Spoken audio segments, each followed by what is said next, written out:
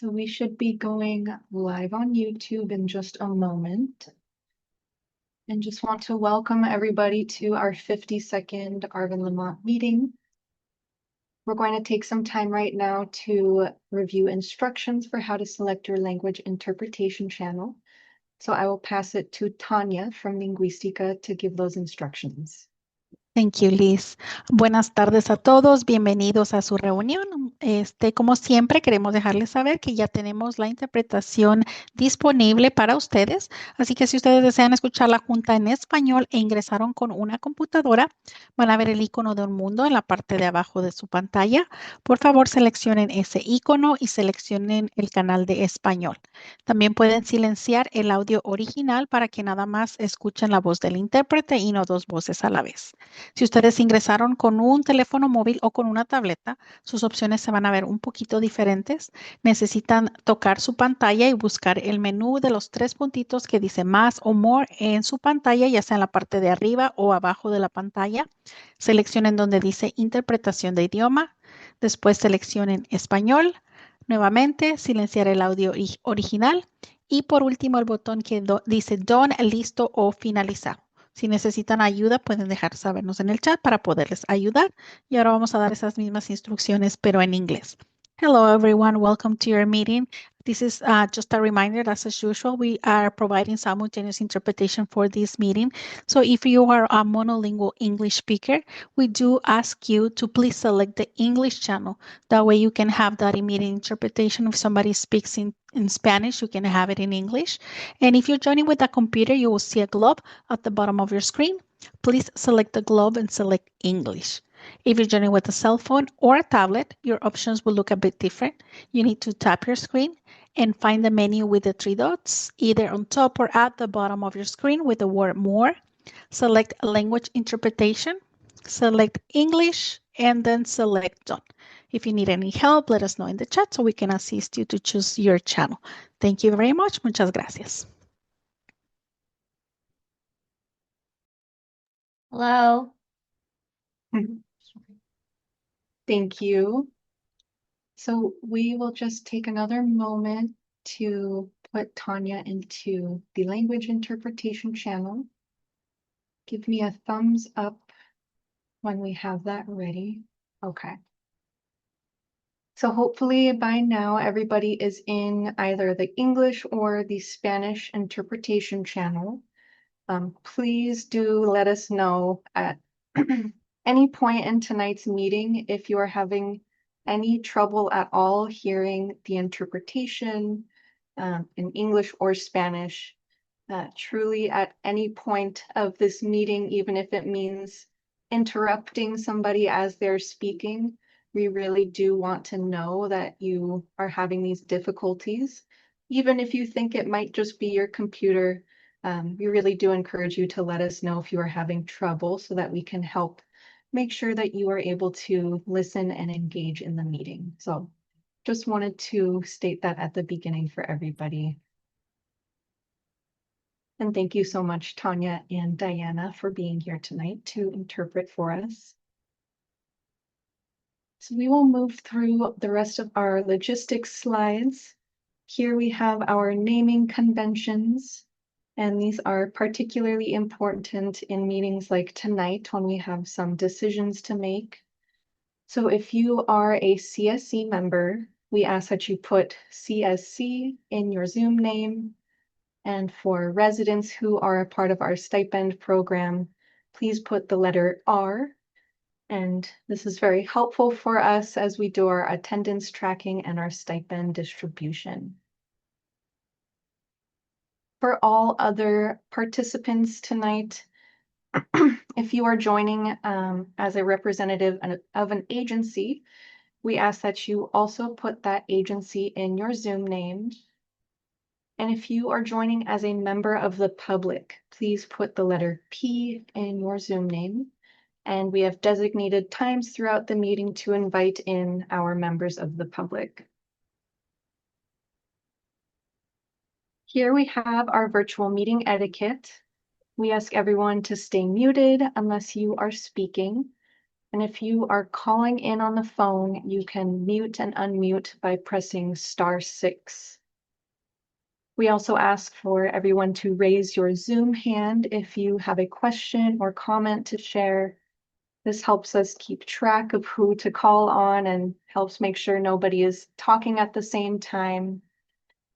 And if you are calling in on the phone, you can raise your hand by pressing *9. And we just have a reminder here for residents in our stipend program to stay on for at least 75% of the meeting, which is about 90 minutes. On this slide, we have a review of our group agreements, what we have all agreed on to have a productive discussion and respectful dialogue together. I won't take the time to read through each of these tonight, but really want to encourage everybody to make this as inviting of a space as possible. And to do that, if you tend to talk a lot, perhaps let others take up a little bit more space in these meetings. And if you tend to not participate, we really would love to hear from you and hear any questions or comments that you might have. Here is our agenda for the evening. We have quite a few items for you all. After we do our welcome and introductions, we will have our usual review of the action items tracker. Then we will have an air monitoring compliance and enforcement update.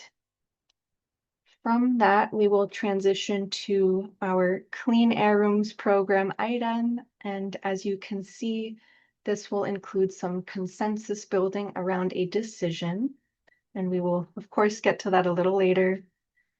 And then we will have our standing updates as usual before wrapping up and ending with our final public comment. So I will stop sharing my screen. Okay.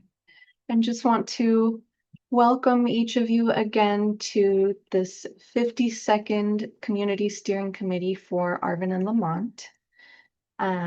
At this time, I would love to invite our two co-leads, Bianca and Cesar, to share any opening remarks for the community. And I know Bianca is here. Let's see. And Cesar. Hi, I can jump in. Currently on the road on the way back from Sacramento, but 52, that's a lot. We've seen each other over the span of 52 months, and I'm thinking maybe we've seen each other a little bit more than we've seen some of our family members. So, if we haven't grown closer, working for better air quality in Arvin and Lamont, then I think, this is a good opportunity to take advantage and speak up and share your opinions. And I think we have a great opportunity to try to make sure that we focus some of those direct benefits with the reallocation that you mentioned towards the end of the agenda. So just thank you everyone for being here for 52 months. That's quite a long time. So thank you everyone.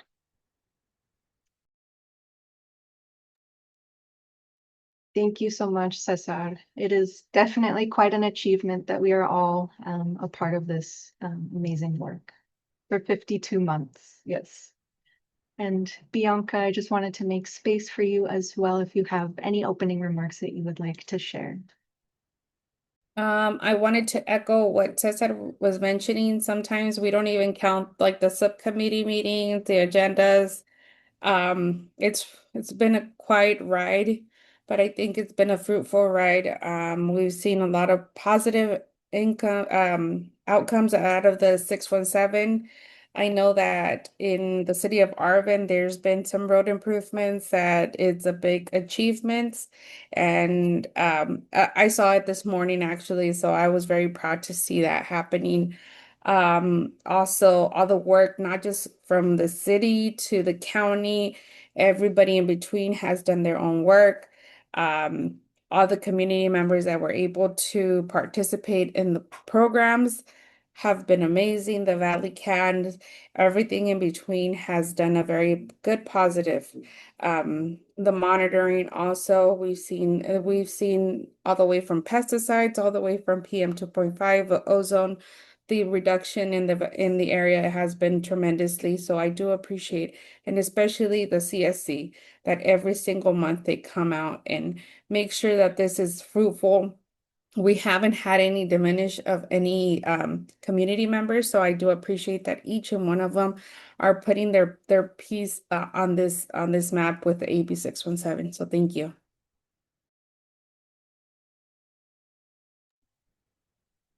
Thank you, Bianca. And go ahead, Stephanie. Thank you, Liz. Hi, everyone. My name's Stephanie, and I am the Director of Community Strategies here at the Director of Community Strategies and Resources here at the Valley Air District. And I had the same reflection as Cesar when I saw the number 52 for the meeting. We've been meeting, the very first kickoff was on March 24th of 2021, which is wild. I just want to thank you all for continuing to be a part of this and really bringing all that all of your commitment and great ideas to this process. Like Bianca mentioned, today's meeting, we have a ton of really great information for you all and some continued opportunities to continue to bring benefits and programs and funding to the community with our Clean Air Rooms program. So I'm definitely excited to get to that piece as well. Thank you all again for being here, and I'll pass back to you, Liz. Thank you, Stephanie.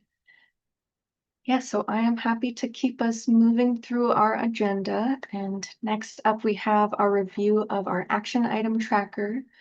And as many of you know, we dedicate this time at every meeting to ensure transparency and accountability between the CSC and our agency partners so that you all are able to track the progress that is being made towards your suggestions. And as Nancy shares her screen and walks through those action items, feel free to raise your hand or put any questions in the chat. And for any questions that we may not have the time to answer tonight, we will add that as an action item and make sure that that gets some follow-up at a future meeting. And so I will pass it to you, Nancy. This is Nancy. Thank you, Liz, for that. And welcome, everybody. We do have a packed agenda today, so I will go ahead and get started with the action items. I did go ahead and link them in the chat just in case you want to follow along or just have it with you. All right.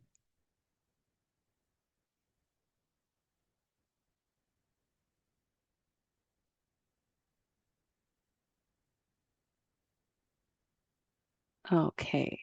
Can everybody see that? Yes. Perfect. Thank you. Okay, so these action items are a routine check-in from the previous meeting. And so let's begin. The section that we are going to be in today is going to be in the completed section. And this is all going to be from the July meeting. And so I'm going to start off with action item 51.1. This was in regards to the low dust nut harvesting equipment topic. And so we are actually, so the Air District has funding in Valley-wide program and is working on outreach to growers and businesses. And if you have any contacts that you'd like for us to reach out to, please let us know. You can, this ab617@valleyair.org email is our generic email that the whole team will get. But you can also email me directly or call me. I know that I talk to a few community members and, we get a lot of conversations started and, get a lot of, just so we can get a lot of action in the community. And the next action item is 51.2. The Air District will update the CSC on whether there are available resources to transport residents to clean air centers. And so after doing a little bit of investigation, we did go ahead and find some resources that are available to you all. So this first link here will take you to several areas that will list where they do rideshare services or just these types of services. And then two that are really great resources are the Lamont Dial A Ride, We also did provide a phone number for you so you can inquire about more information and how this works. And so we also included the Arvin and Lamont Dial a Ride, and as well included a phone number so you can get more information, for any routes, costs, etc.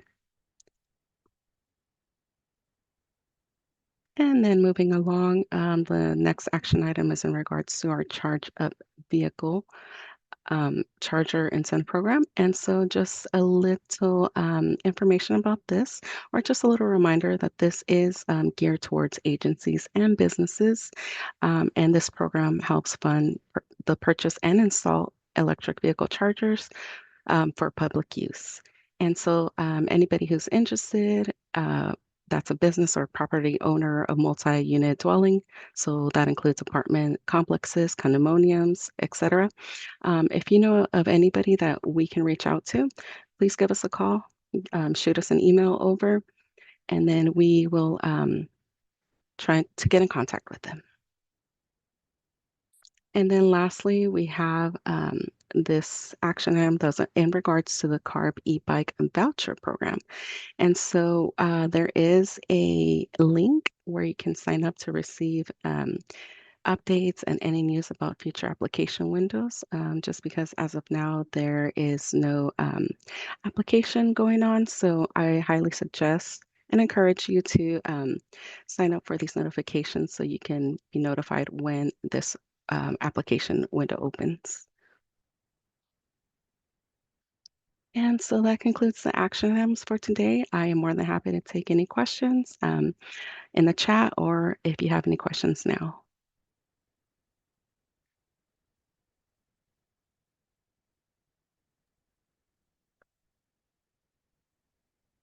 Thank you, Nancy. This is Liz. I don't see any questions or comments in the chat, and I don't see any raised hands, so I think we can transition from our action item tracker. Thank you again, Nancy. Thank you. So we can move along to our next agenda item, which is the air monitoring, compliance, and enforcement update item.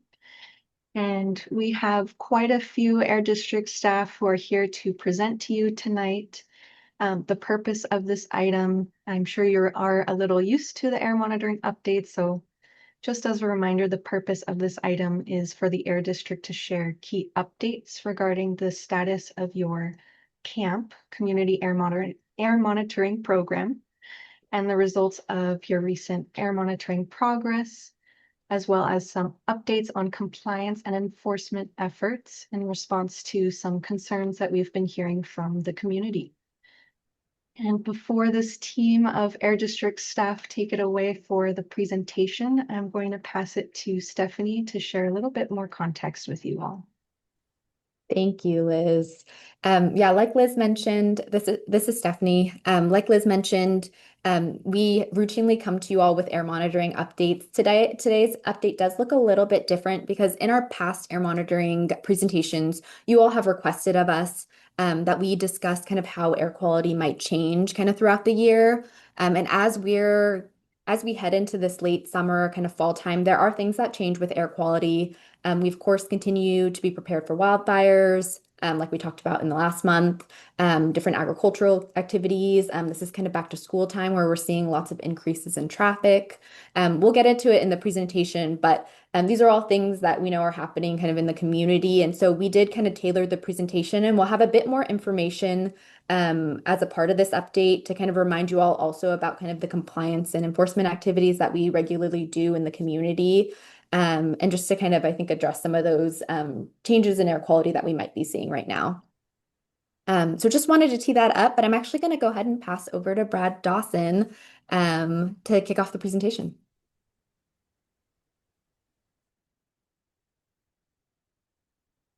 Great. Thank you very much. I think Nancy is loading it up for me right now. Thank you. Good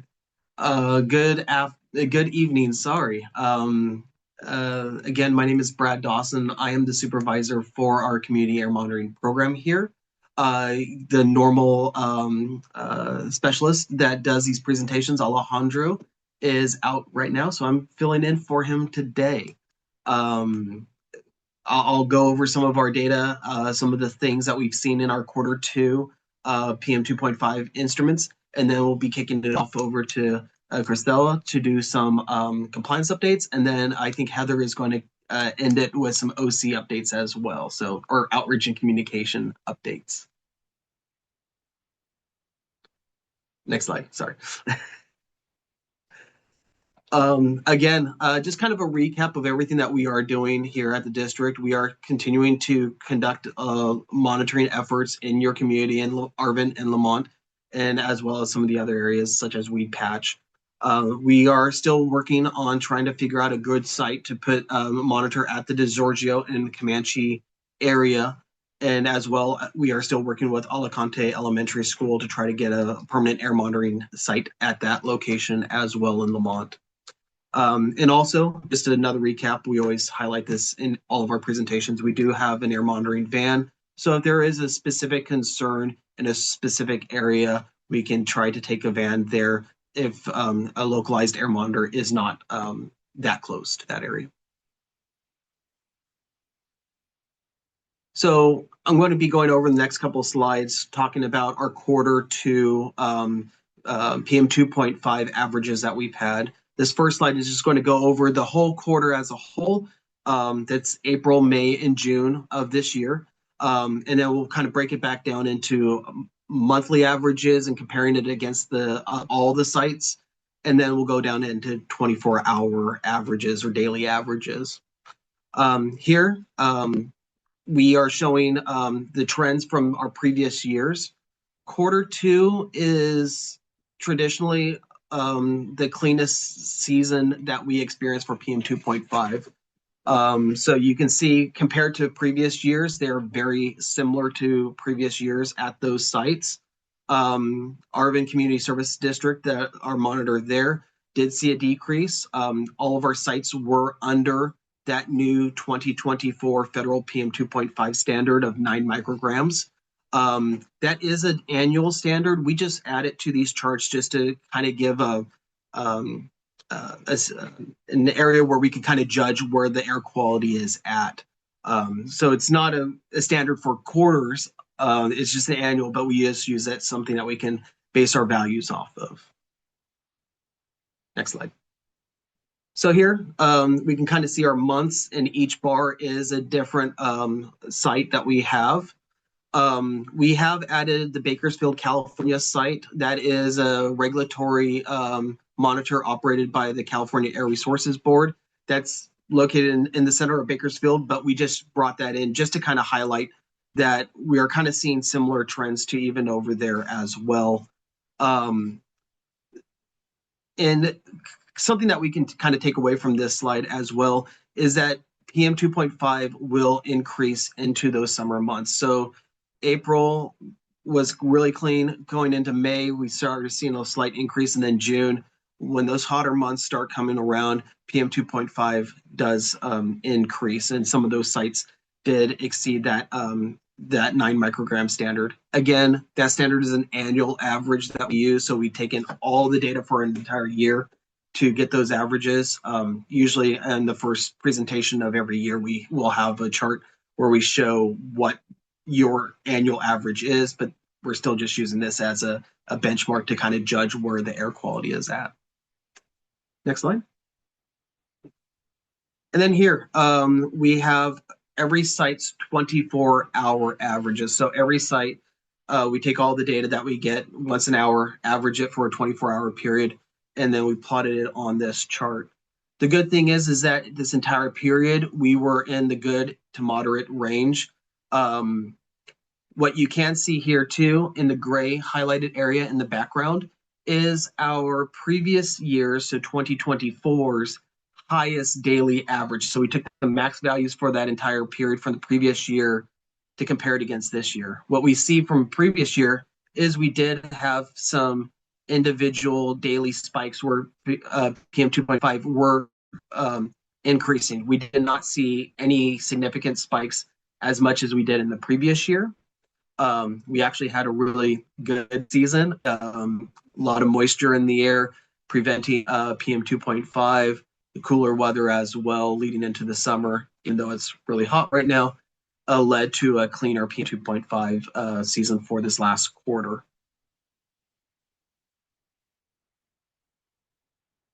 And just a couple of recap and updates. As we head into this current late summer, early fall, we can and probably will be seeing spikes in PM, in particulate matter. This can be attributed to a lot of different things, such as construction activities, agricultural activities, more traffic, people coming back to school, changing their routines, and having a lot more condensed traffic, especially around school sites. And as a whole, the district is always taking a proactive approach to all of this. On a daily basis, myself, Alejandro, your specialist for your community, we are looking at the data coming in live from all of our sites, analyzing the air quality in your community. We have been doing enhanced outreach and education to the public and stakeholders and schools. I think Heather is going to speak a little bit more to that in this presentation. We have our compliance staff, Christella, who's here as well, who will be speaking on the compliance side, surveillance, making sure that we are prepared to respond to public complaints in a timely manner.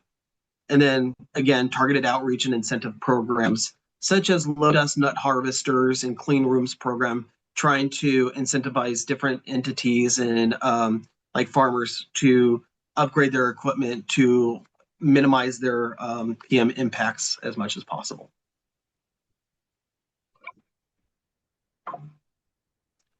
I just got an update that I stole Stephanie's slide. I am so sorry, Stephanie. I was on a roll.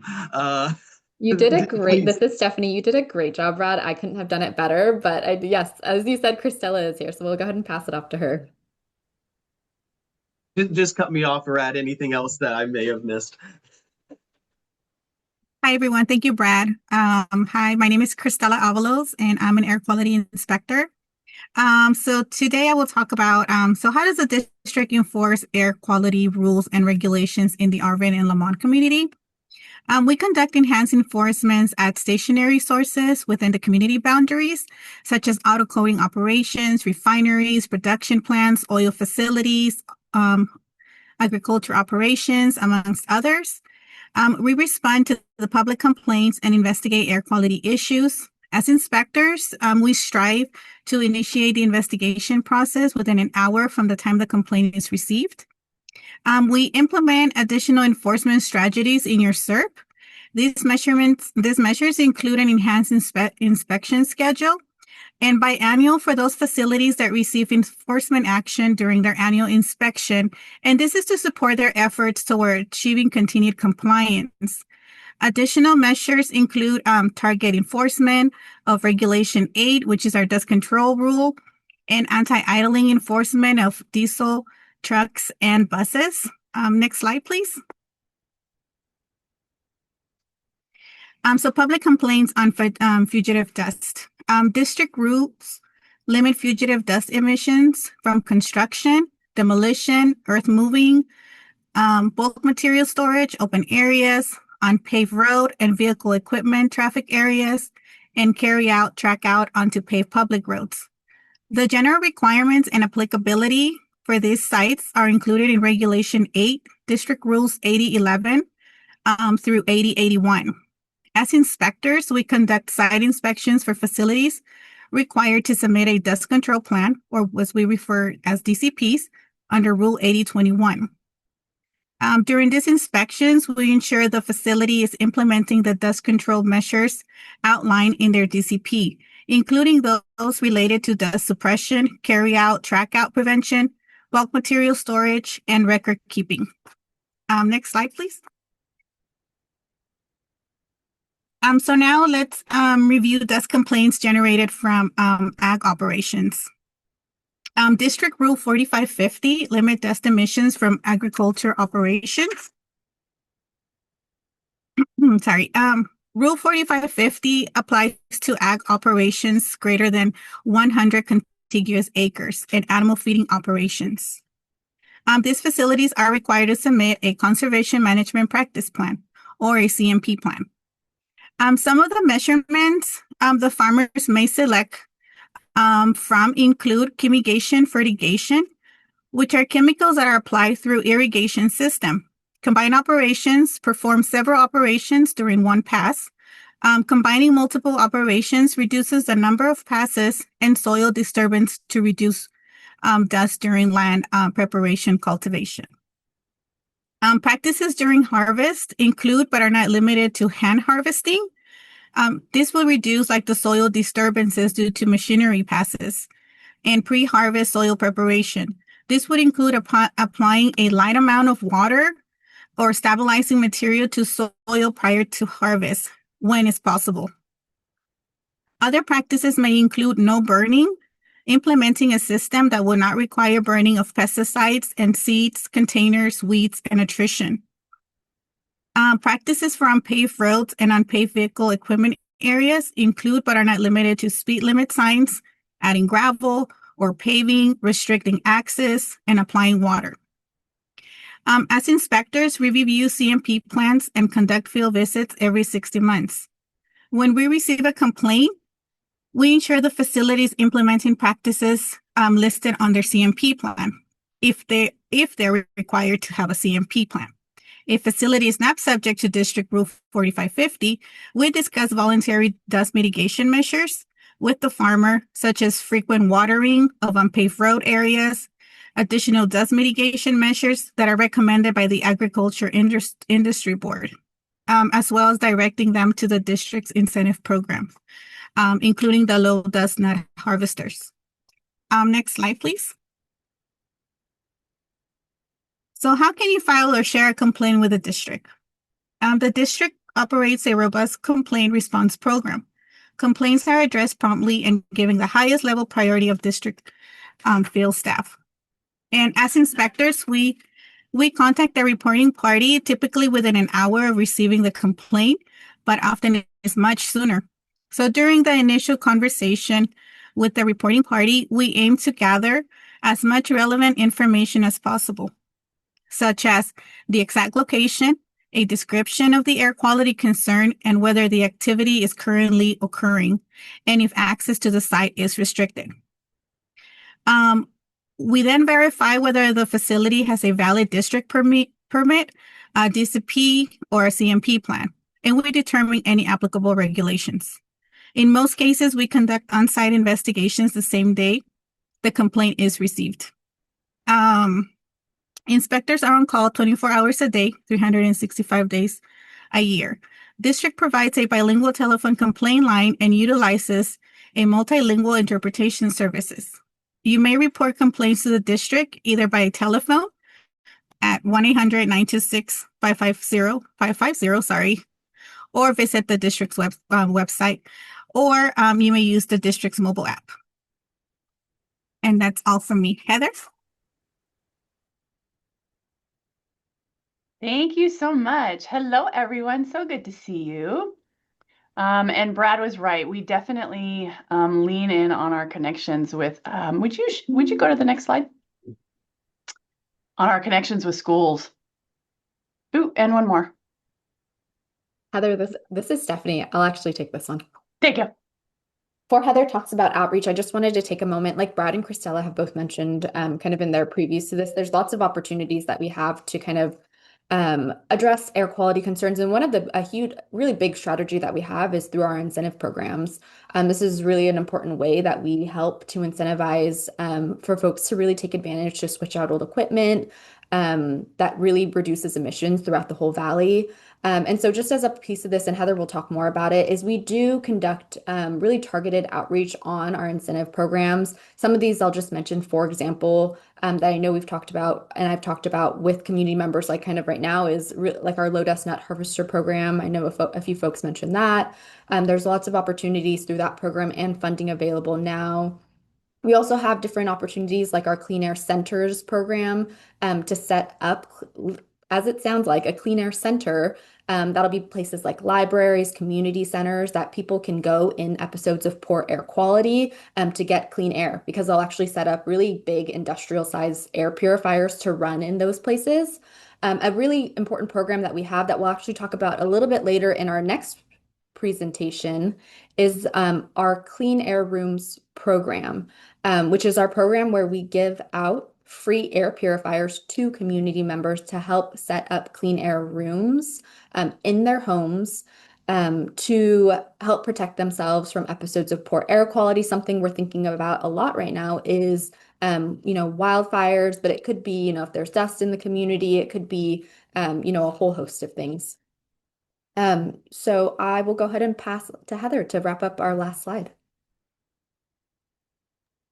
Thank you so much. And on that point, you mentioned clean air centers.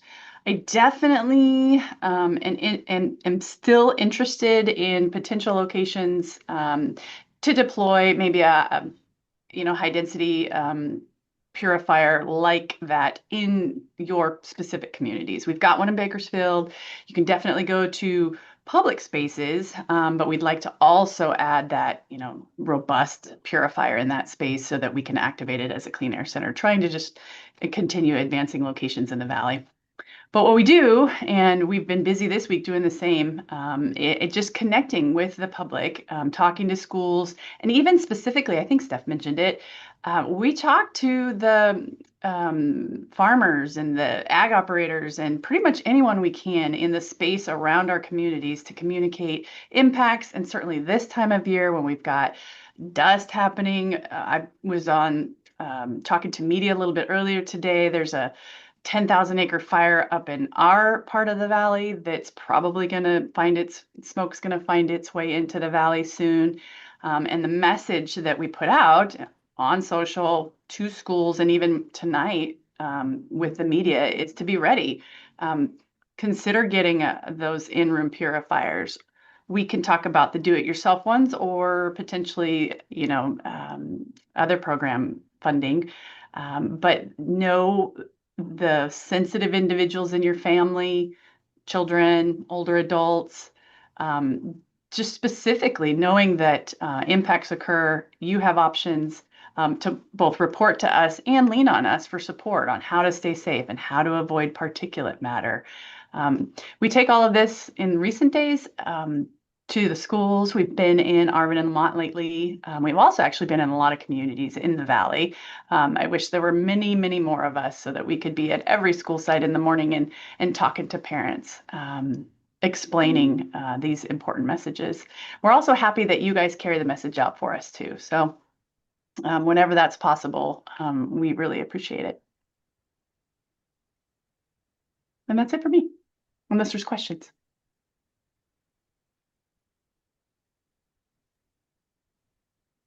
Thank you, Heather.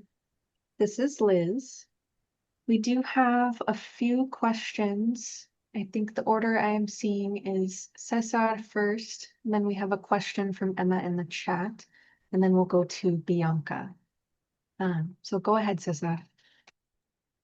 Yeah, thank you. And thank you for all the great information. I had two questions. I think one for Brad on the PM 2.5 numbers is something that Heather actually mentioned. I'm just curious to know how much the wildfires have affected the PM 2.5 and if there was any, like days or weeks or any episodes of time that show, how we were directly affected by wildfires. And I have another question for Cristela on some of the compliance stuff. I believe earlier this month, the fence line monitoring system for the Kern Energy refinery passed the threshold like 6 times in like 8-hour period. So I'm wondering if the Air District can give us an update on why the levels went above on the fence line monitoring and, like what came of it. Has it been remediated?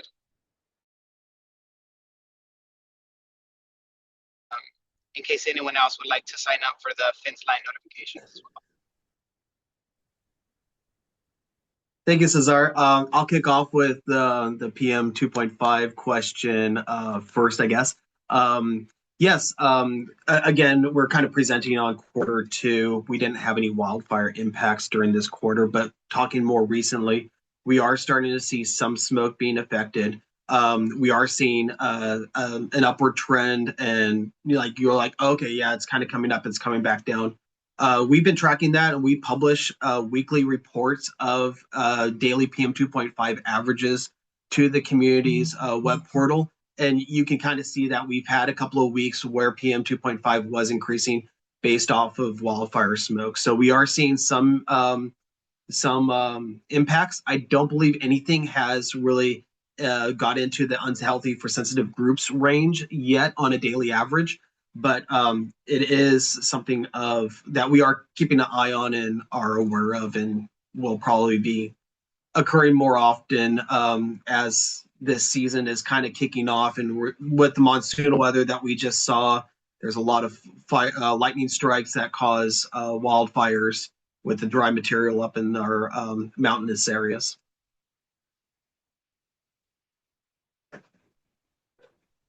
Thank you, Brad. Thank you, Brad. This is Heather. And just to kind of continue on that front, in the general sense, we've been fairly fortunate this summer. Even the fire that I was talking about today, the Garnet fire, it's about 10,000 acres in the foothills of Kern County. It was much deeper and steeper terrain, so it's a little bit further away, and it's created its own, I learned from our meteorology team, pyrocumulus cloud, which in and of itself is okay. You can look out there and see this massive cloud rising, but the good news is it's rising.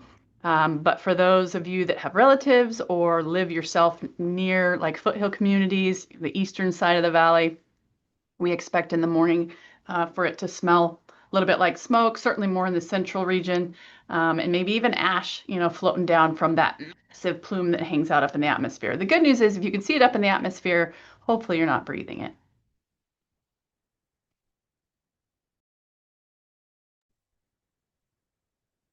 Thank you both. This is Liz, and I believe that second question, Cristal, I don't know if you have an answer to Cesar's question, and let us know if you would like us to repeat that. No, thank you, Liz.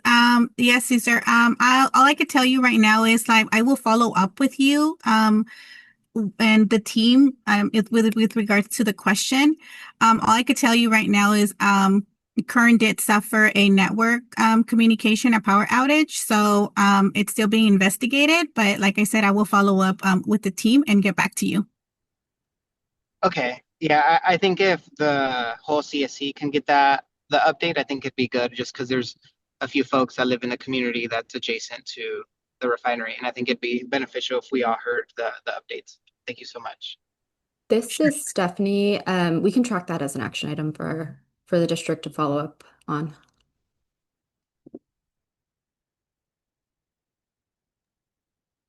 Yes, thank you. This is Liz. So we will add that as an action item to have the Air District follow up with the CSC on the recent spike in air pollution on the Kern Energy Fence Line Monitor. And we will add those notes that you're just sharing in the chat, Emma. So the next question that we had was from Emma in the chat. When are CMPs required, or what kind of industries or growers require a CMP? Maybe if you can restate for the group what that acronym means as well.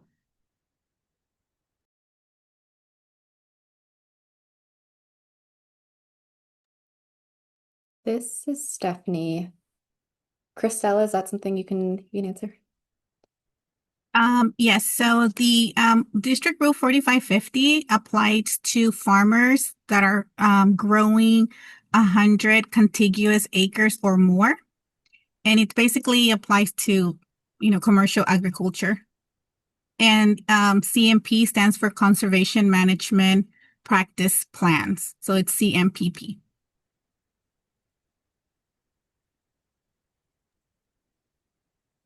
Hi, this is Thank Emma you. again. Sorry, it's a follow-up if I may. Yes, go ahead. Thank you. Sorry, I didn't raise my hand. So is it just only, does it only consider size? It doesn't consider the type of crop or industry. It's according by size. Yeah, it's any farmer that is farming 100 acres or more. It could be rotating crops such as carrots, and one season they plant carrots, the next season they plant potatoes, celery. It applies to permanent crops such as almonds, vineyards, anything that is for commercial grow. That's who is subject to District Rule 4550. And if you have 100 acres or more.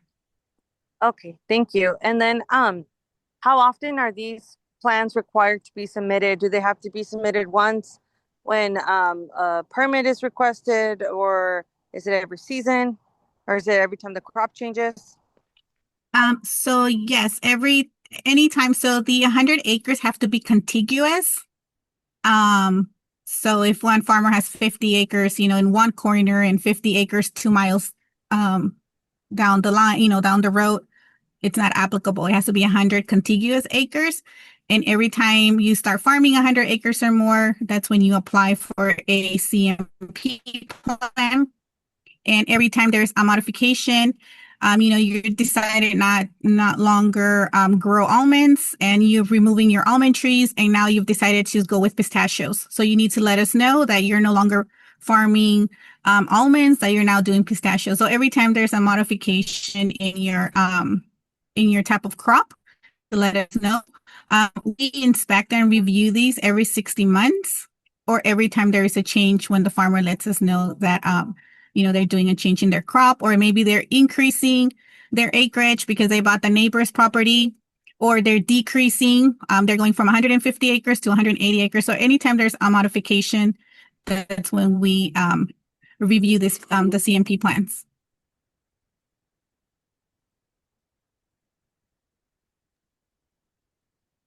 Thank you. This is Liz.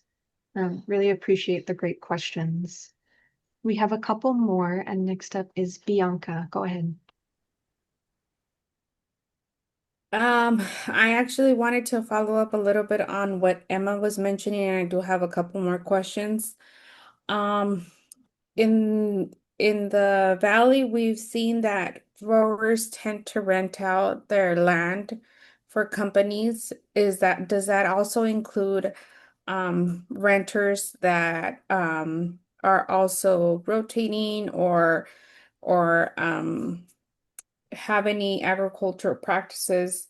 It's really awful to hear that if a grower has 50 acres on one side and 50 on another, it does not comply. I think it's awful to hear that, because 100 is 100. It doesn't matter where you are, and especially in rural communities, it's letting the grower slide on the reinforcement of by the law. So I think it's ridiculous to hear it that way, that growers are able to buy 50 acres in one side and 58 acres, and no rule is going to be able to be complied because they're they they're out of the limit. Also, I do have a follow-up on the monitor. I'm registered to the Valley Air, and there's spikes I've been seeing regularly that it's been coming up, but I don't see it in the reporting right now. Actually, on the PM 2.5 at 12 midday, it hit the level 5, where there should not be anybody outside, and we did not get a notice actually from the PM 2.5 monitor. So is the air district going to do anything about it? Because these types of things that community members should know are not being reported. I didn't get a notice. I get a notice for the ozone, but not for the PM 2.5. So it's hard to see those type of numbers and not getting any notification, knowing that at that time, usually children are at lunch and recess, and they tend to be outside to have some physical activity outside and not have these type of notification or notices is alarming. So also for the dust for the agriculture, I don't know if the air district, sorry, it's a question, one question after another, but is the air district gonna do any follow-up for the nut harvesting in those sensitive areas or the high polluting areas that um, that do affect the residents? We've had the issue in Shafter where a nut harvester was given out almost 10 miles of, well, it was a 7 mile, so like towards the end of the 7 mile radius. So it was not beneficial for community members for a nut harvester to give an outside of, well, or on the very outer corner of the boundary. So we want to make sure that these nut harvesters go to the growers that really do affect the community and have a huge impact, especially when monitoring comes and goes, as I mentioned. And one of them, we got it today actually. PM 2.5 was on the sensitive 5 area, and we didn't get any notification. Those are my questions. Hey, this is Sarah. I can jump in on the conservation management practice plan questions. Bianca, you said, oh, you asked if they rent, would they still be responsible? And that is true. Yes, if they rent the land, they do still have to get a conservation management practice plan from the district.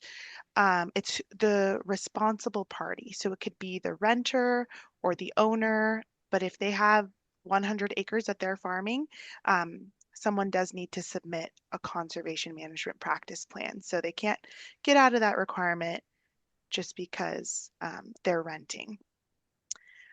In regards to contiguous property, if there's property that's separated by like a roadway, a canal, we even have some farmers separated by the high-speed rail, or the freeway, we still consider that contiguous.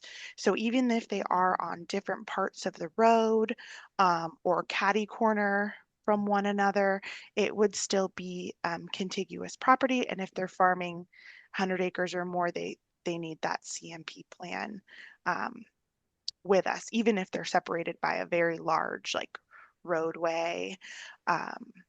So that's good to note. I think, Steph, did you want to? I can speak on the peaks. I just did a quick dig when Bianca brought that up. Bianca, you were looking at the RAA and RAN network. I am seeing that there was 84 microgram peak on that. But we're speaking about the community monitors that we've actually installed in the Arvin and Lamont area. And I reviewed all those. The hourly values were between level 1 and level 2 events on all of the community monitors that we have in the Arvin and Lamont area. So there wasn't that big a spike, and I'm kind of interested in seeing where this value came from. There was a gap in data as well. So I'm wondering if whatever was pulling from that site, there may have been an instrument error or something else, because it was just a single point and then it shot back down. But when reviewing all the monitors that we have deployed in the community, if you look at the community monitors, they have all been within the level 1 and level 2 for today. This is Stephanie. Thank you, Brad, and thank you, Sarah, for adding to that.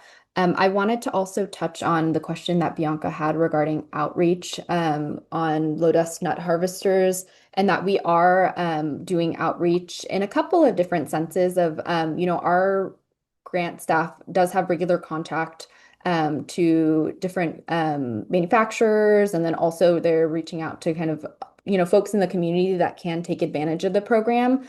But also that's kind of an avenue also that our compliance staff takes as well, as they make contact For example, if they're doing an inspection or if they're responding to a complaint, when there are opportunities to share information about our grant programs, like the Low Dust Nut Harvester program, they do talk to folks and have conversations about the grant programs for sure. And yeah, something else I just wanted to add is community members. I definitely, Christella mentioned it, but I definitely do want to emphasize to you all that if there is any question, in the community and you're seeing something, we're not expecting you to like do the math and like count, like, is this 100 acres? That's of course not an expectation that we have of the community. As you all see concerns, we definitely encourage you to like reach out to us because that's something that our staff will go out to verify. Is this an area that should be following a CMP? Are they following the rules that they should be? That's related to their plan. And that's something that we would investigate. And of course, as a part of that, do education as needed about, how they should be following it, the grant programs that we do have available, in case they did want to make the transition to cleaner technology. So again, I just wanted to plug that as you all see, concerns in the community. I know there's a lot of details with kind of the rules that we implement, and there's no expectation from us of you all. We want you to know that they exist. But we're certainly not expecting you all to kind of know what it is someone following that. That's kind of, our job. You let us know of concerns that you're seeing, and that's certainly something that our staff can go out to verify. I'll tell you across the board, and I sat with clerks all throughout.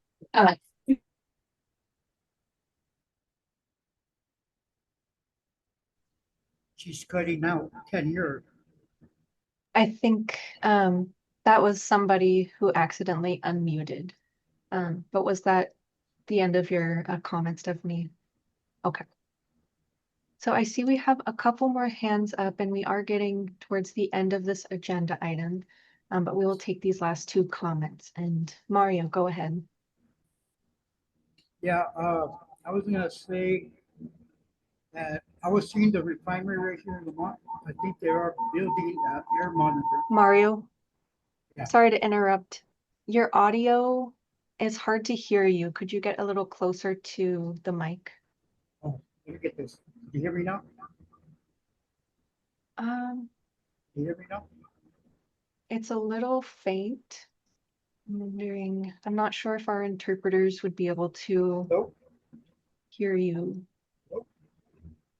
No, we can't hear you, Mario. Can you hear me? I'm sorry. That's all right.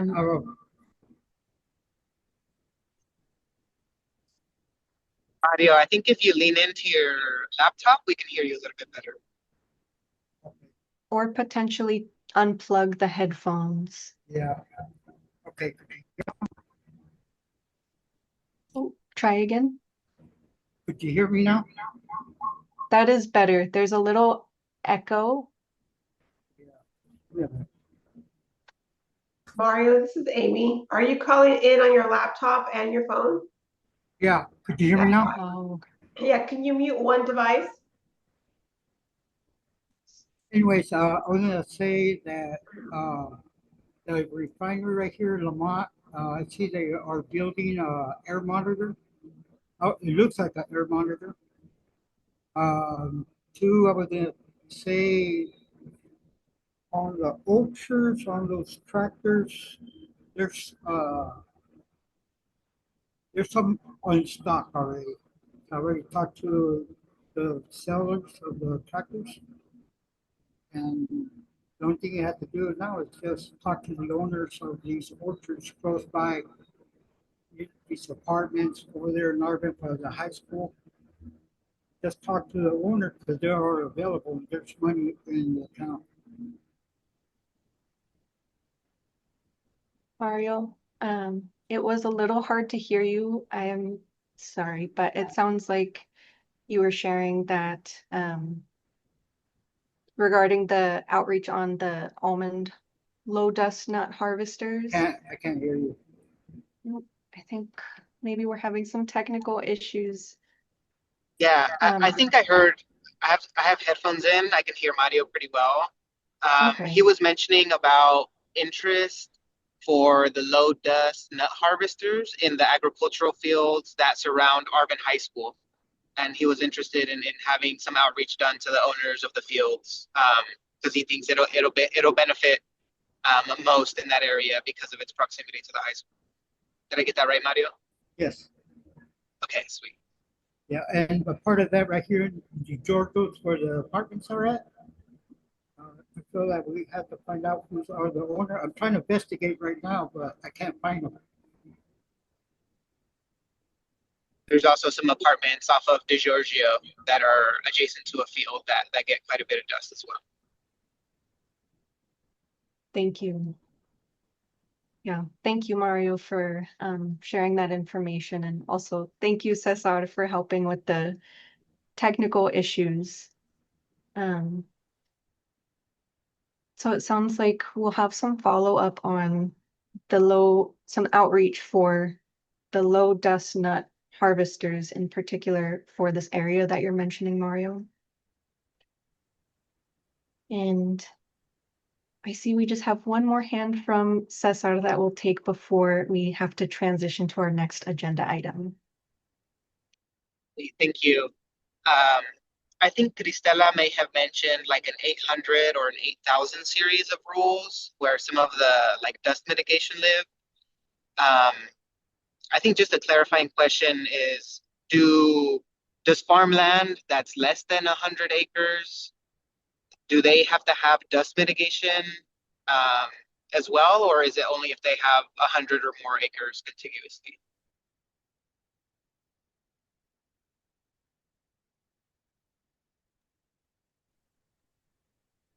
This is Stephanie. I do believe Christella hopped off and had to run, but Christella was mentioning also there were a couple of separate rules that she was mentioning. One of them was related to our Regulation 8 or Reg 8 that's related to dust control.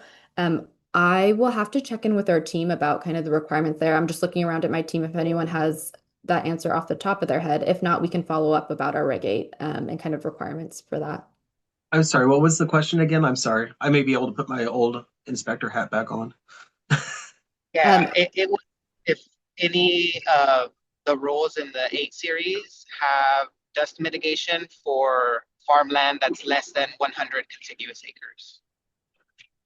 Sorry. Yes. The rules are quite complicated. Usually the 800 is regarding construction activities, earth moving activities, and land disturbance issues.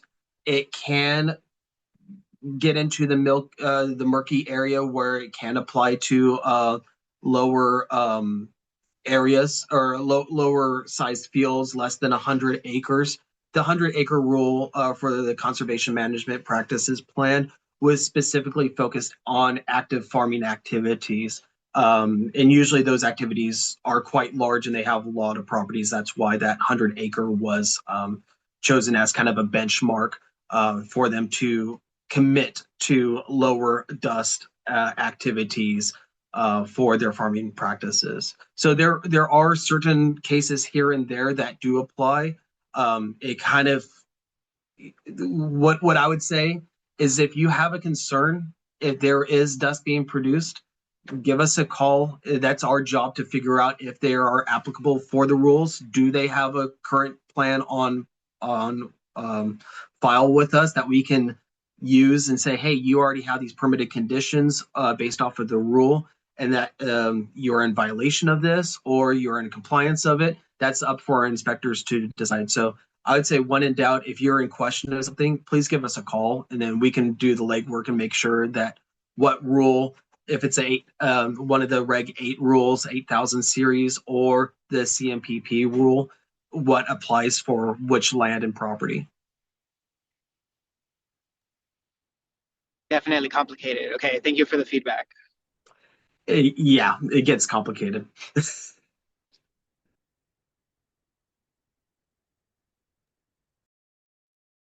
This is Liz. Thank you for all the questions. And yes, this is very complicated, and we are very fortunate to have this team of experts here to help explain all of this to us non-experts. So really appreciate all of you for coming and presenting tonight from the Air District. I don't see any more questions, so I think we can transition to our next agenda item, which is building consensus around the Clean Air Rooms program.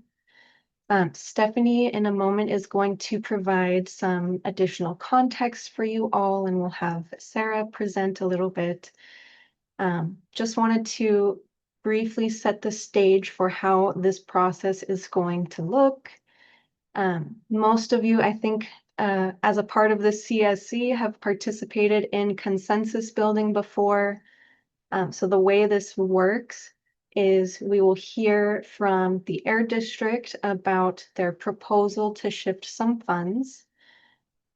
You will have time to ask all the questions you have and get answers before we start to ask for consensus. And to do that, we will ask if there are any objections to this proposed shift in funding. If there is a CSC member who objects, meaning they do not agree with this potential shift in funds, then we would officially move to a vote. And so the voting process, each one of you would get to say yes or no, and the majority would be the deciding factor for the decision, whether that is yes or no. We will only move to a vote if we are not able to achieve consensus tonight. And again, we have plenty of time to hear any questions that you all have. So don't be afraid to raise your hand or put your question in the chat. And so with that, I'm going to pass it to Stephanie to get us started.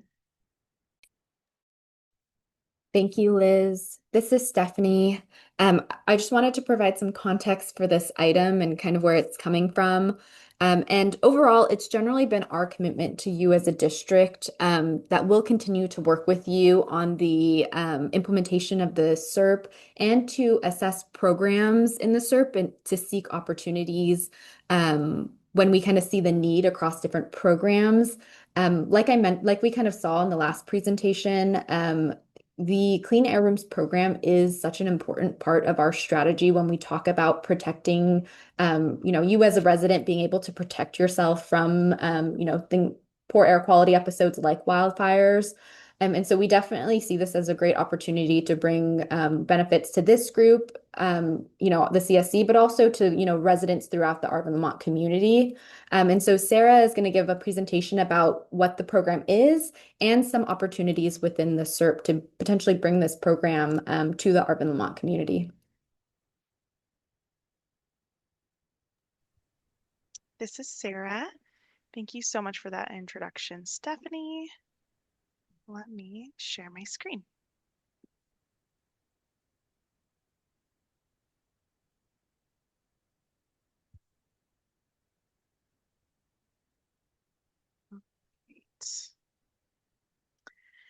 I'm excited to go over the Clean Air Rooms program slides today. I will go through, or actually, sorry, can you guys see my screen, the presentation? Okay, perfect.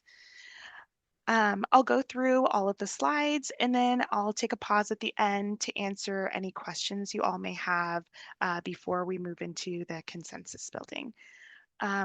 First, I'll talk a little bit about the program, how it works, our successes with distributing these air filters valley-wide, and I'll move into how we can make this program a dedicated program for the Arvin Lamont AB 6 and 7 community. All right. Our Clean Air Room program is a grant program where we distribute free air filter units to disadvantaged or low-income households throughout the valley. It was developed to protect residents from smoke events like wildfires. These air purifiers help create an indoor clean air environment, with the filters reducing indoor air particulates by more than 90%. The air filters that we distribute have HEPA filters, so they specialize in trapping airborne particulates.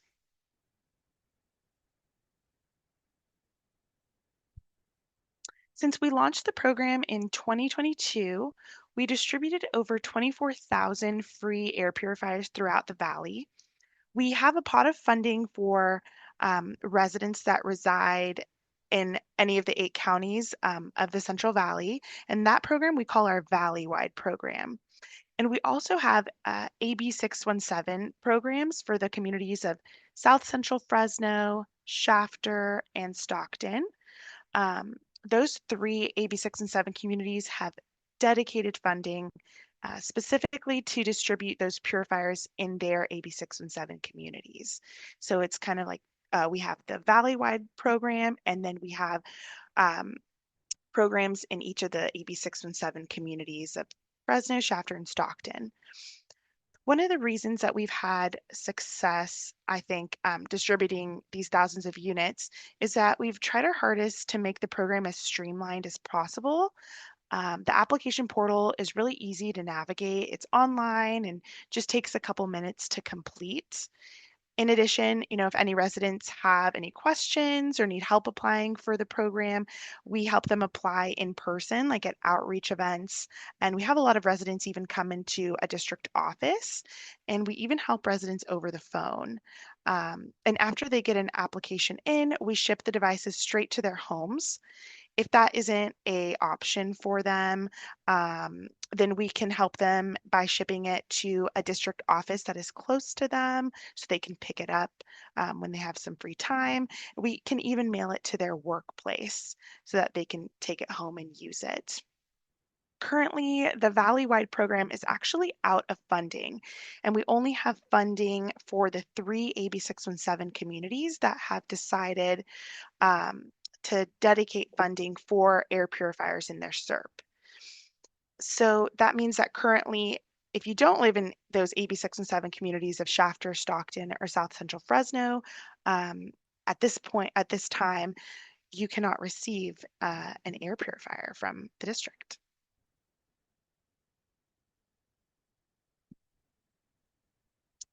Since that Valley-wide program is closed and the your community of Arvin, Lamont doesn't have a dedicated SERP measure for distributing for free air purifiers, residents of your community cannot currently apply and receive an air purifier. And we wanted to recommend some funding shifts to have a dedicated program in the community. This program would allow folks in the boundary to still receive units, even when our Valley-wide program is closed like it is right now. It would look just like the Valley-wide program. So the purifiers would still be shipped directly to residents' homes once we receive an application and proof that they do live within the boundaries. That proof is like a driver's license or a utility bill, something that ties the resident to the home within the boundary.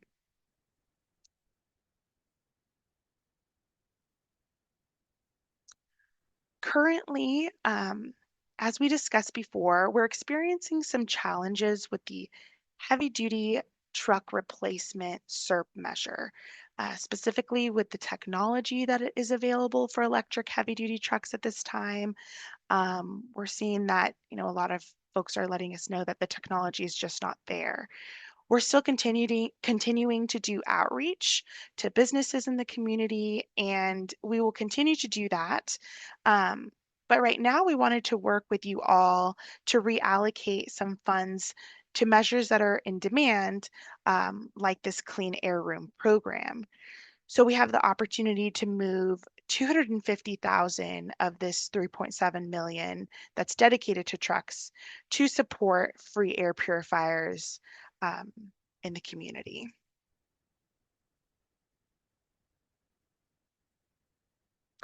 Here are some nice pictures of some outreach.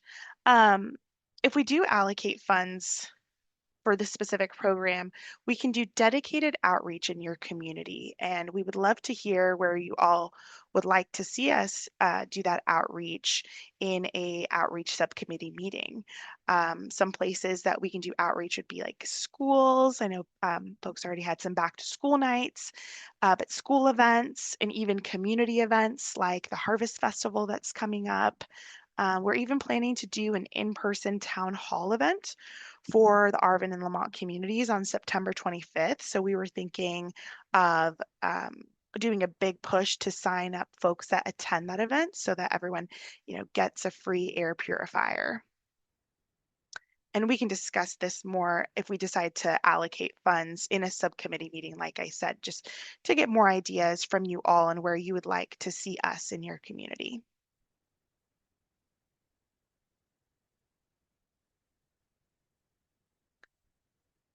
And this is just a summary slide. We would like to reallocate $250,000 from the $3.7 million that are currently available for heavy duty trucks, to replace heavy duty trucks. If we do move funds for this measure, we can provide air purifiers to over 1,200 households in the Arvin and Lamont communities. So that's a lot of households that can have free air purifiers. If we are not ready to move money at this time, we won't make this a dedicated program, and we will just have to wait until there are more valley-wide funds available for your community. Right now, we don't have valley-wide funds, like I mentioned, and we don't know when we will get those funds. But we will definitely notify the CSC when those funds are available. So those are our two options there.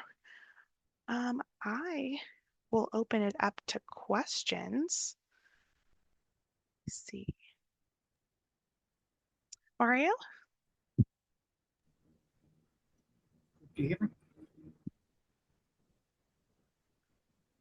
Mario, I'm so sorry. It's very difficult to hear you.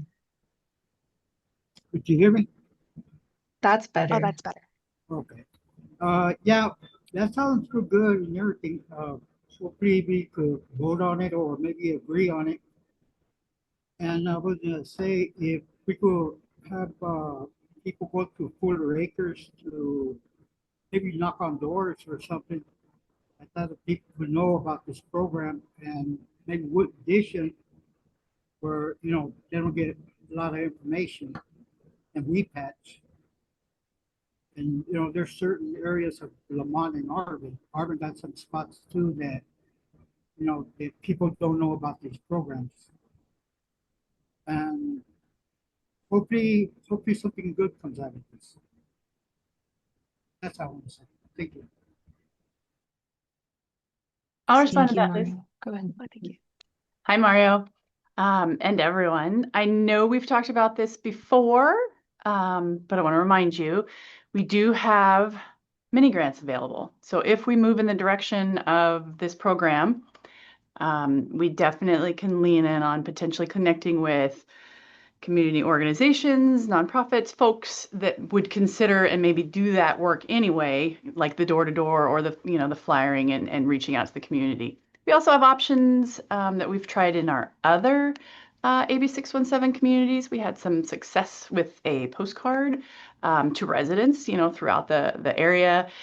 So rest assured, if you choose to go in that direction, we can put full energy behind it, and would enlist your support with potential funding for an agency or a nonprofit to help us do that door-to-door outreach.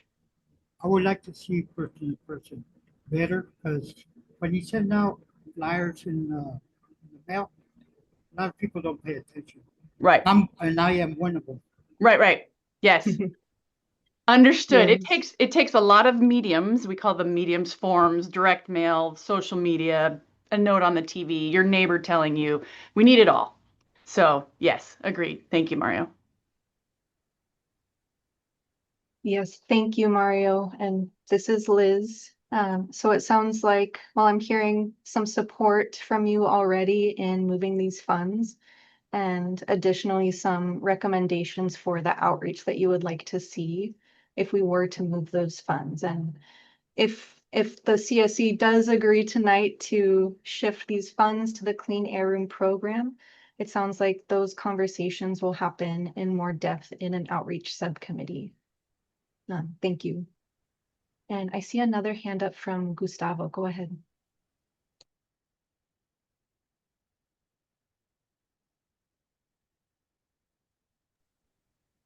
Gustavo, are you there? You're still muted.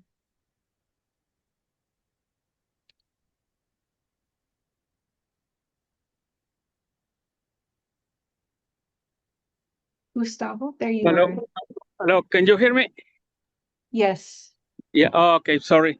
Yeah. I just yeah. I'm also in support of that. One question that I have. So you are proposing to relocate 250,000, right? Yes. Salvo, this is Sarah. Yes, that is correct. Yeah. And my follow-up question is, will that be enough to potentially provide one filter device per home, including all the boundaries of the project, Lamont, Arvin? This is Stephanie. I'll start and Sarah, feel free to add. We do think that amount is a good starting point and makes sense for the size of the Arvin Lamont community.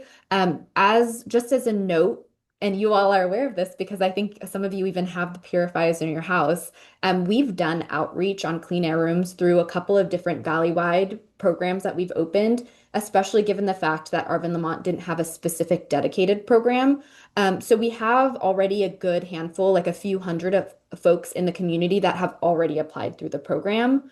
And we think this amount is a good place to kind of start. If it's the case that we get to that, that a certain time, in 6 months, a year, that it feels like there's more opportunity, we will certainly work with you all on that. But I think given the size of the community and the fact that there are already people that have applied for the program and received them, that wouldn't be qualified to apply for the 617 version if it did open, then I think this is a good amount. Yeah. Okay, yeah, thank you.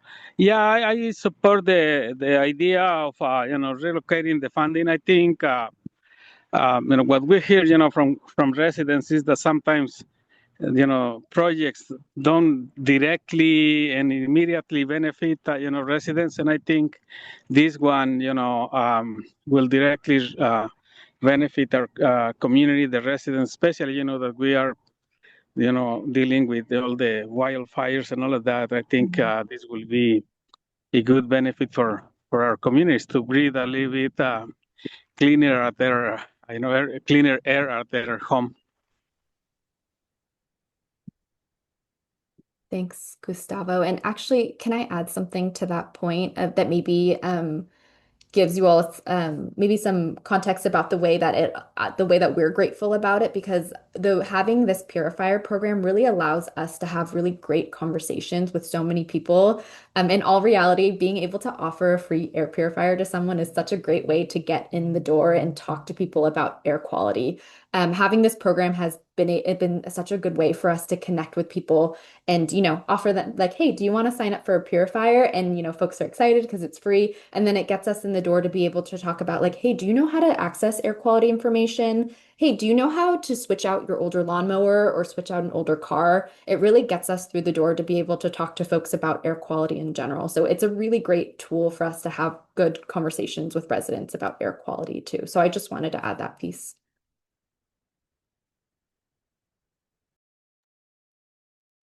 Thank you, Stephanie. This is Liz. Just want to thank you for adding that extra context. I see one more hand up from Francisco. Go ahead.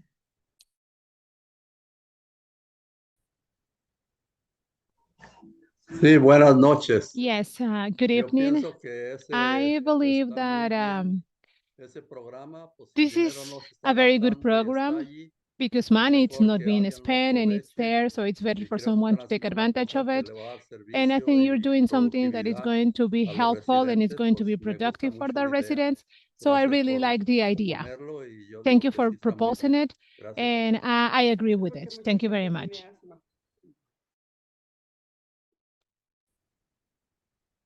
Thank you both. Gracias.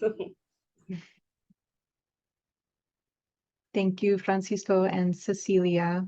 It sounds like I'm hearing more support for this measure, and folks are appreciating that money that isn't currently being spent in the community could be spent in a more useful way and improve the air quality for people inside their homes. I don't see any hands raised right now, and I don't see anything in the chat. I just want to take another moment to see if there are any other questions. I know there's been quite a few members who voiced support. I'm just going to pause for one more moment before I officially ask if there are any objections to this measure. If you have any hesitations, any questions, do feel free to raise your hand, unmute, or let us know. Since I am not seeing anything, I will officially move to ask the committee. I see a notification. I will officially move to ask the committee if anybody objects to reallocating funds, $250,000 specifically from the heavy duty trucks measure to the new Clean Air Rooms program. So if you do object and you do not want these funds to be moved, please raise your hand, unmute yourself, or put a comment in the chat.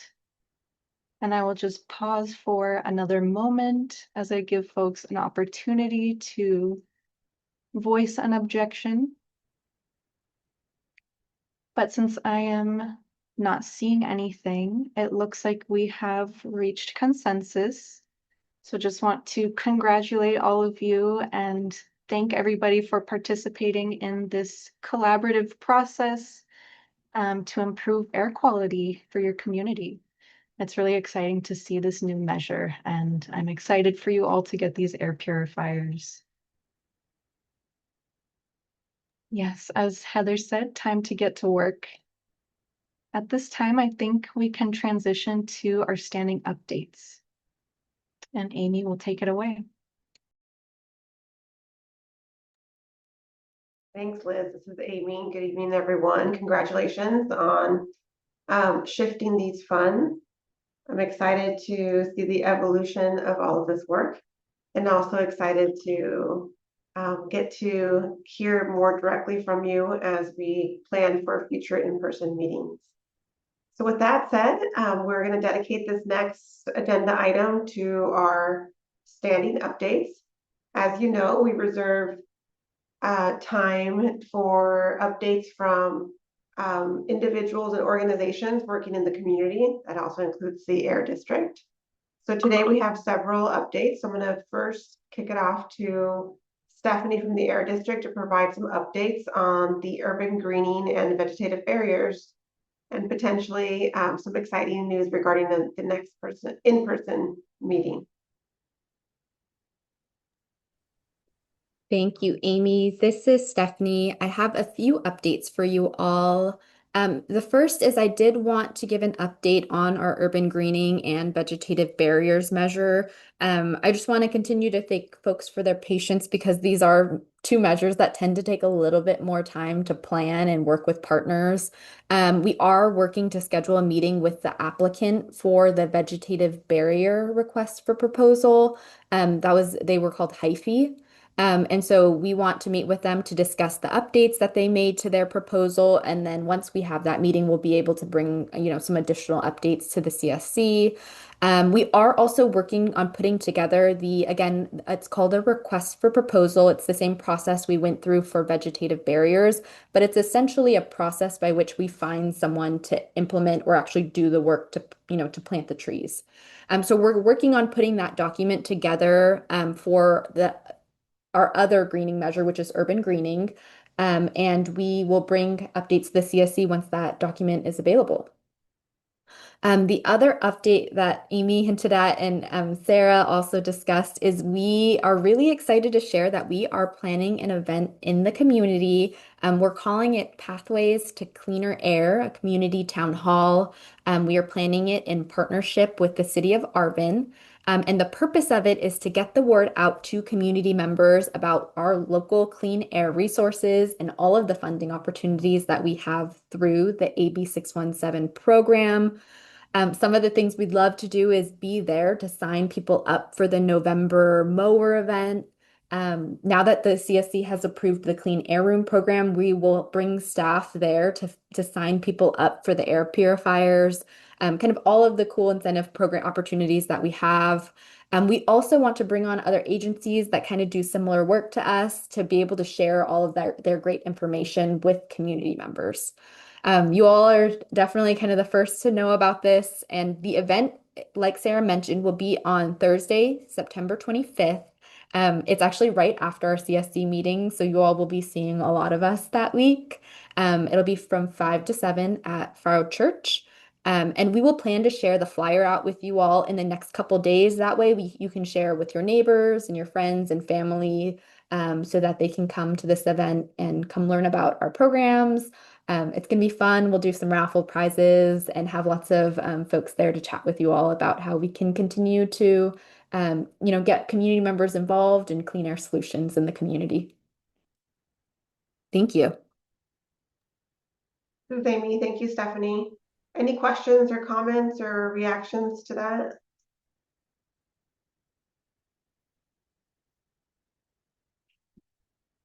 All right, well, it sounds like we will see all of you in person September 25th, the day after the Zoom meeting on Wednesday.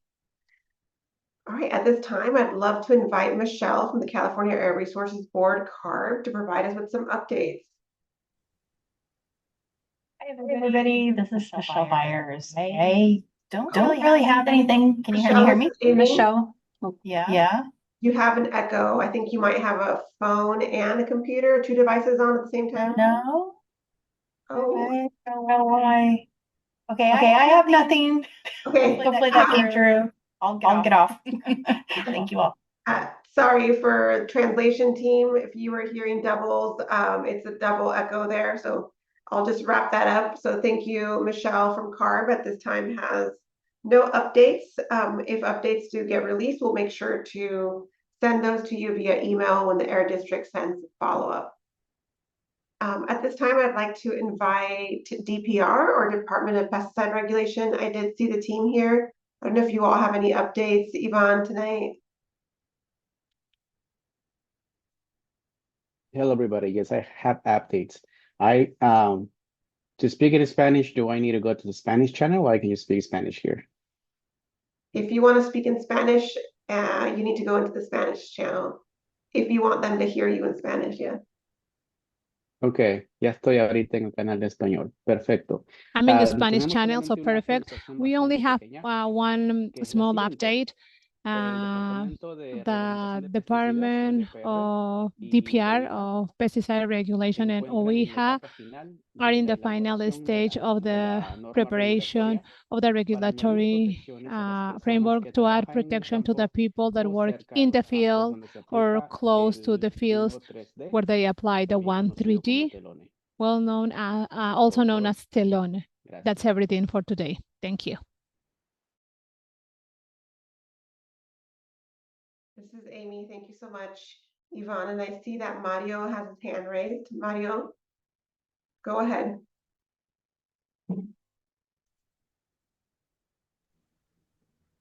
Yeah, I got a question. On the pesticides that is already in the fields, saying the canals and all that, they don't need to put signage. Who deals with the signage to put it on the canals that got pesticides? This is Amy, Mario. I'm going to try to repeat your question. The pesticides, they put them in the canals, and there's no signage in the canals telling the people there's pesticides in the water. Yeah, so you're asking that do there need to be signs in the canal to notify the public that there's pesticides in the water? Yes. Okay, thank you. Because they've been swimming in the canals and fishing in the canals. So there's potential for humans or to go into that canal or potentially fish from there that are exposed to pesticides or toxins. Thank you, Mario. I can barely hear you, so let me see if Yvonne can answer that question. I can take the question. So, good afternoon, everyone. My name is Mario Candelas. Mario, if I understood your question correctly, you are asking if there would be a signage on the canals that you think there's a pesticide in it? Can you share that? There is pesticides in there. Can you share with us the location of the canal and then basically, I'm a little confused about what you are asking in terms of signage. Yeah, and Mario, because we're having a hard time hearing you, can we turn this into an action item and have somebody from the air district call you to get the location and get the signage so that we can give DPR the exact location of the problem? Okay, sounds good. Yeah, Okay. only I want to make Thank sure you. that we get the right location and that gets figured out. So let's make that an action item. So we'll get the correct location per Mario and the problem and submit that to DPR. And hopefully DPR can provide an update at the September meeting. Thank you. Thank you, and thanks everyone. Great.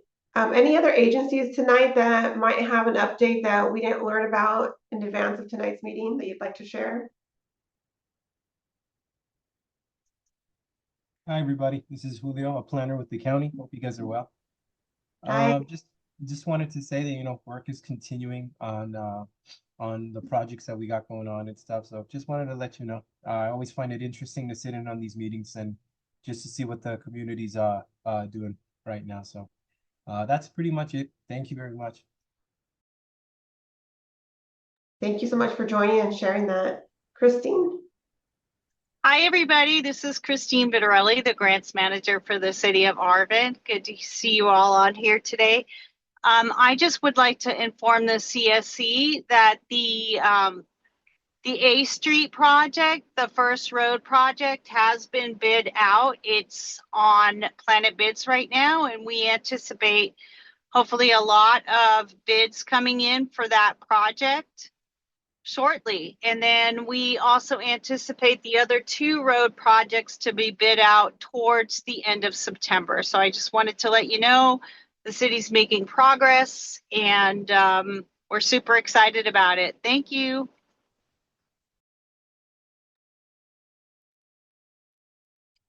Thank you so much. Appreciate it. And I see in the chat that Cesar put a link to the Lamont. Maybe that's the river that Mario was talking about. Yeah, this is a picture of the canal near an ag field that Mario was talking about. It's one of the many that people use to recreate. Gotcha. Okay, perfect. Thank you for posting that. So maybe in the meantime, DPR can start looking into that. Can I? So thank you, Cesar, for the picture.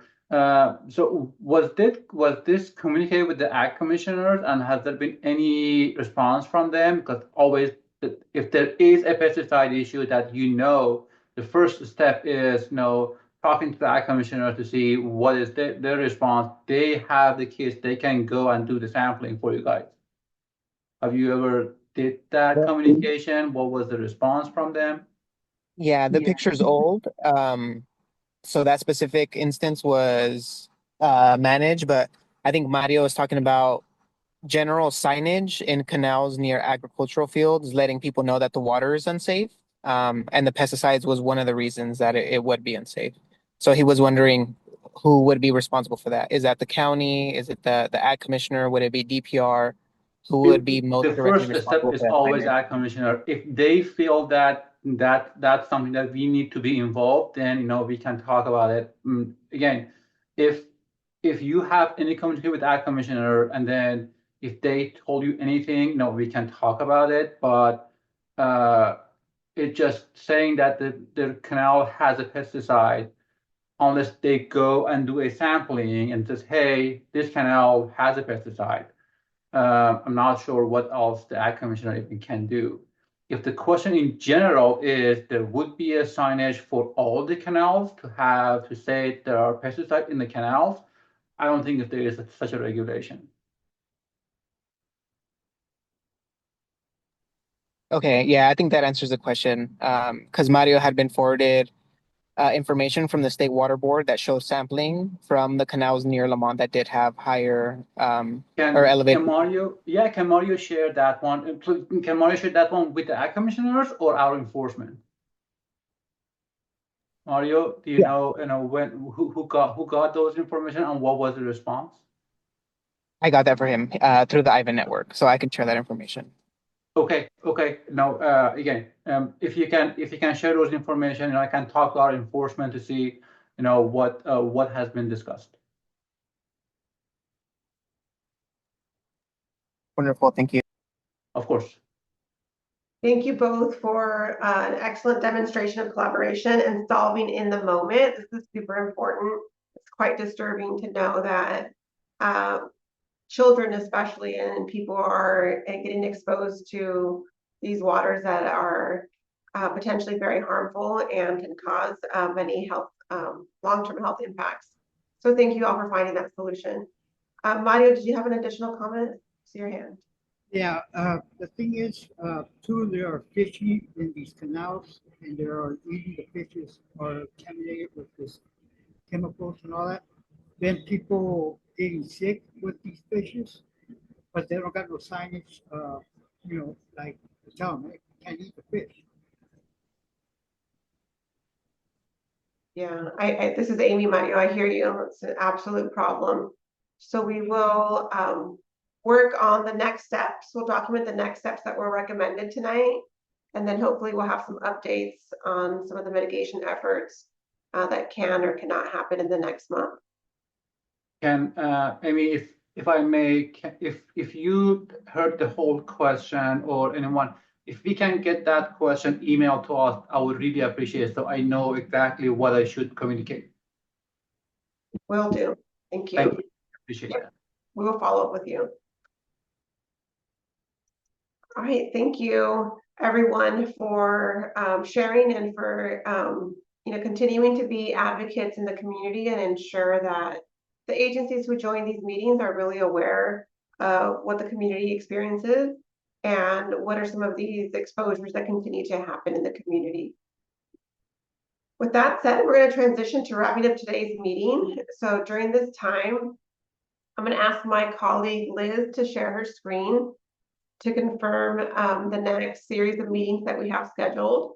So those of you who are CSC members and regularly attend these meetings should have on your calendar a meeting for the next agenda setting meeting. So that is scheduled for September 4th at 4 o'clock. That is the time when we hear directly from any CSC member who wants to provide input on what the agenda topics should be. So for example, even some of the discussions from tonight could be recommended as agenda topics for the next meeting. And then our formal next CSB meeting will be held via Zoom September 24th at 5 o'clock. So during the same link, same time. And then just as a plug for the in-person meeting, we'll see you the next day in person in the community. All right, as you know, as part of our commitment to accountability and transparency, we do document the action items that were listed throughout the night. So today we did take down note of several action items, and those are also shared on the screen.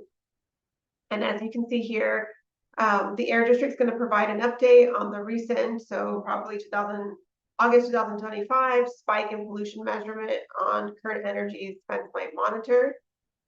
So we should hear that update at the next meeting. And we'll also provide an update on outreach efforts for low dust nut harvesters. Again, hoping to get that update at the next meeting. And DPR will follow up on potential signage to address community concerns regarding pesticide runoff in the canals. And we put potential here because we want to make sure that we document all of the questions from tonight. And so this might change depending on the follow-up that we receive at the next meeting. All right, with that said, I'm going to go ahead and open it up to public comment. Anyone else have any comments or concerns to bring up at this time? We also invite individuals from the public that are joining us tonight to provide any updates? I see, Mesa, you're unmuted. About the action item, can we change the potential signage language to just make it clear to the question about the signage? Because again, I don't know what is out there. So at least I know there was a question about the signage, so I can look into it and come back with responses. That sounds good. We can make that modification. Absolutely. Thank you for that. Of course.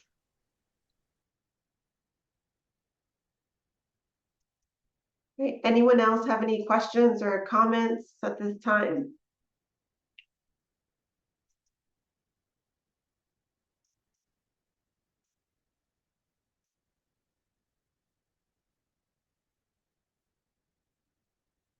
All right, well, I'm not seeing any questions or comments on the chat.